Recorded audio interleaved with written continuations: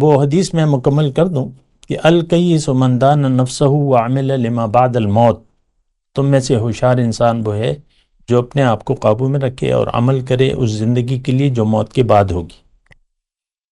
اور بے وقوف ہے وہ شخص، آپ نے کہا نا ہوشیار، بے وقوف ہے، کم عقل ہے، کہ جو من چاہی زندگی گزار رہے اور پھر بھی اللہ سے تمنا رکھتا ہے۔ من چاہی زندگی گزارنا تو شرک ہے، اللہ کی ہدایات کو نظر انداز کر کے آپ زندگی گزاریں گے تو یہ تو شرک ہے، کھلا شرک۔ شرک کیا ہے؟ کہ آپ کا معبود کچھ اور ہو۔ ارائیت من اتخذ الہہ ہواہ، کیا دیکھا ہے تم نے اس شخص کو جس نے اپنی خواہشات کو اپنا، آپ کی زندگی کے فیصلے آپ کے ہیں، ختم بات۔ نہ اللہ نہ رسول، نہ قرآن نہ ادھر نہ ادھر، آپ خود فیصلہ ساز ہیں، یہ ہے کہ نہیں؟ اللہ اکبر اللہ اکبر اللہ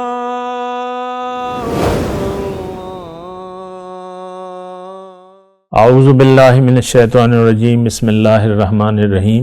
اللہم صلی علی سیدنا محمد معدن الجود والکرم وآلہ وسلم۔ سامعین و ناظرین اکرام، السلام علیکم ورحمۃ اللہ وبرکاتہ۔ آج کا ہمارا موضوع یہ ہے کہ کامیاب اور ہوشیار انسان کون ہے۔ تو اصل میں کامیابی کا جو لفظ ہے، ہم چونکہ زندگی کے بارے میں ایک دھوکے میں مبتلا ہیں، تو یہ ہوشیاری اور کامیابی ہمارے لیے تو دنیا کی ہے۔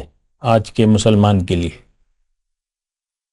ہماری نظر میں ہوشیار انسان وہ ہے جو کم وقت میں زیادہ پیسہ کما لے، زیادہ دولت کما لے اور اچھی زندگی گزار رہا ہو، نچلے درجے سے شروع ہو کے اونچے درجے تک پہنچ گیا۔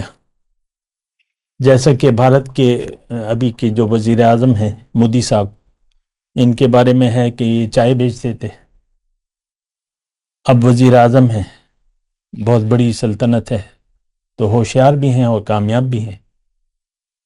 ہماری نظر میں تو ہماری نظر تو صرف مٹی پہ ہے۔ یہ بہت ایک افسوسناک بات ہے کہ آپ کی نظر مٹیریل پہ ہو جائے اور دھوکے کا شکار ہو جائے۔ تو یہ اللہ تعالیٰ نے یعنی ہمیں جو پیدا کیا ہے وہ ہماری حقیقت تو کچھ اور ہے۔ ابھی اس مادیات کے عالم میں آ کے ٹھیک ہے، ہمارے سامنے کچھ اور چوائس ہے نہیں، کوئی اور چوائس نہیں ہے، ایک ہی چوائس ہے، دنیا۔ لیکن پھر اللہ تعالیٰ نے ہماری ہدایت کے لیے انتظام کیا ہے، کیونکہ انسان کی عقل جو ہے وہ محدود ہے اور وہ مٹیریل سے باہر جاتی نہیں ہے۔ تو اس کے ہدایت کے لیے اللہ تعالیٰ نے ذمہ داری خود لی ہے۔ ان علینا للہدا، ہدایت دوں گا میں تمہیں، پیغمبر آئے گا، پیغمبر کے ذریعے کتاب دوں گا، پھر پیغمبر کا جو طریقہ ہے وہ ہے۔ تو خیر، میں یہ کامیابی اور ہوشیاری کی دیکھیں، حضور صلی اللہ علیہ وسلم کی ایک حدیث ہے بڑی پیاری کہ الکیس من دان نفسہ وعمل لما بعد الموت، تم میں سے ہوشیار انسان وہ ہے جو اپنے نفس کو قابو میں کر لے اور عمل کرے اس وقت کے لیے جو موت کے بعد ہوگا۔ وعمل لما بعد الموت، یہ سخت بڑا ہوشیار ہے۔ اور اگر دیکھیں تو دیکھیں اصل میں تو ہمارا یقین ہے نہیں، ظاہر کے علاوہ کسی چیز پر ہمارا یقین نہیں ہے۔ غیب سے یا باطن سے جو بھی چیزیں تعلق رکھتی ہیں اس پر ہمارا یقین نہیں ہے۔ اس میں اللہ کی ذات ہے، اس میں آخرت ہے، اس میں قرآن ہے، اس میں رسول کا طریقہ ہے، اس میں دین اسلام ہے، اور اس میں قبر ہے، اس میں جنت ہے، دوزخ ہے۔ ان تمام چیزوں پر ہمارا کوئی یقین زیرو ہے، زیرو۔ یہ بات ذرا محسوس کر لیں آپ، تفصیل آپ خود ہی اپنے عقل سے دیکھ لیں۔ آپ ظاہر کے لیے زندگی گزار رہے ہیں، بات ختم ہو جاتی ہے۔ آپ کی زندگی کا آغاز ظاہر سے ہوتا ہے اور 80 سال کی عمر میں آپ بوڑھے ہو جاتے ہیں، لیکن وہ دنیا کی حرص آپ کی زیادہ ہو جاتی ہے، حرص دنیا زیادہ ہو جاتی ہے. تو یہ دیکھ لیں عام طور پہ. تو دیکھیں منزل اصل میں تو میں یہی بات کہہ رہا ہوں، دوبارہ یہ کہہ رہا ہوں کہ جو چیز باطن سے تعلق رکھتی ہے اس پر ہمارا علم تو ہے، یقین نہیں ہے. علم کیا ہے؟ بس اللہ تعالیٰ نے فرمایا جنت ہوگی، دوزخ ہوگی، جنت میں یہ نعمتیں ہیں، دوزخ میں یہ عذابات ہیں. ہمارے لیے تو کوئی فرق نہیں پڑتا. ہمیں نہ جنت، یعنی ہمارا عمل ایسا ہے کہ بھئی ہمیں نہ جنت چاہیے، نہ دوزخ سے ہمیں بچنا ہے، نہ جنت جانا ہے، ہمیں تو دنیا چاہیے. آتنا فی الدنیا حسنہ، ہمیں دنیا چاہیے بس. اللہ قرآن میں یہ بالکل وضاحت سے ہے، منکم من یرید الدنیا ومنکم من یرید الآخرہ. تم میں سے بعض دنیا کے طالب ہیں، بعض آخرت کے طالب ہیں. تو ایک تو یقین نہیں ہے ہمارا، صدیاں ہو گئی ہیں یہ اس بات کو، کوئی آج کی بات نہیں ہے. غافل ماں باپ ہمارے تھے، انہوں نے ہمیں، ان کو خود ہی پتہ نہیں تھا دین کیا ہے، وہ ہمیں کیا بتاتے، دنیا کے راستے پر ڈال دیا. دنیا کماؤ، دنیا کماؤ، بڑے آدمی. اپنے بچوں کو آپ دنیا میں بڑا دیکھنا چاہتے، خود بھی آخرت سے، آج کے والدین خود بھی آخرت سے غافل ہیں. اور اب ظاہر ہے کہ جب آپ کا یقین ہی نہیں ہے تو آپ آخرت کی بات کریں گے نہیں. آپ دیکھ لیں اپنی محفلیں، اپنی جو بھی آپ کی اٹھک بیٹھک، آپ اپنی گفتگو، گھر میں گفتگو، میاں بیوی کی گفتگو، والدین کی بچوں سے گفتگو، سب دنیا کی بات ہے. یہ ایک بڑی خطرناک بات ہے. بہرحال وہ ایک یقین کا تعلق ہے، وہ ہمارا یقین ہے نہیں اور بن بھی نہیں رہا. نہ ہم خود سوچتے ہیں، نہ ہمیں ممبر سے بتایا جاتا ہے. ممبر سے ہمیں نہیں بتایا جاتا، حقیقت نہیں بتائی جاتی، جو بتایا جاتا ہے وہ آپ کو پتہ ہے. خیر، تو اب بات یہ ہے کہ وہ حدیث میں مکمل کر دوں کہ الکیس من دان نفسہ وعمل لما بعد الموت. تم میں سے ہوشیار انسان وہ ہے جو اپنے آپ کو قابو میں رکھے اور عمل کرے اس زندگی کے لیے جو موت کے بعد ہوگی. اور بے وقوف ہے وہ شخص، آپ نے کہا نا ہوشیار، بے وقوف ہے، کم عقل ہے، کہ جو من چاہی زندگی گزار رہا ہے اور پھر بھی اللہ سے تمنا رکھتا ہے. من چاہی زندگی گزارنا تو شرک ہے. اللہ کی ہدایات کو نظر انداز کر کے آپ زندگی گزاریں گے تو یہ تو شرک ہے، کھلا شرک. شرک کیا ہے؟ کہ آپ کا معبود کچھ اور ہو. ارائیت من اتخذ الہہ ہواہ، کیا دیکھا ہے تم نے اس شخص کو جس نے اپنی خواہشات کو اپنا. آپ کی زندگی کے فیصلے آپ کے ہیں، ختم بات. نہ اللہ، نہ رسول، نہ قرآن، نہ ادھر نہ ادھر. آپ خود فیصلہ ساز ہیں. یہ ہے کہ نہیں؟ وہ مولانا روم کا ایک شعر بھی ہے نا کہ نفس ما ہم کمتر نیست از فرعون را ولیکن او راعون بودو ما راعون نیست. میرا نفس فرعون سے کم نہیں ہے، اس کے پاس اسباب تھے اور ہمارے پاس اسباب نہیں ہے. جہاں بھی جس کی جو بس چلتا ہے وہ فرعونیت اپنی دکھاتا ہے.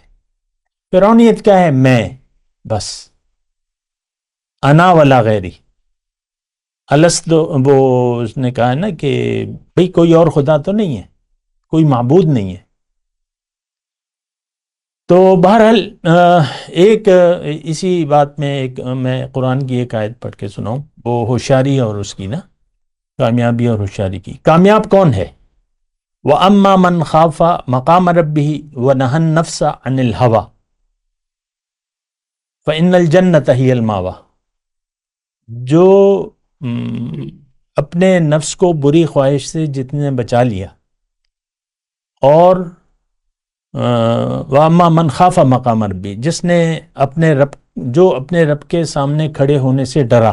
آپ کو میں نے بتایا نا یأتینا فردا، اکیلے جائیں گے. جو ڈر گیا کہ بھئی میں کیا جواب دوں گا،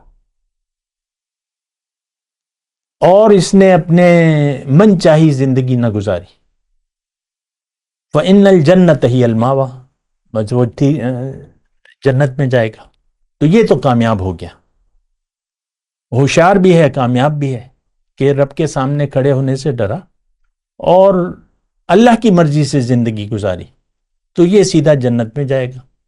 پھر دوزخ میں کون جائے گا؟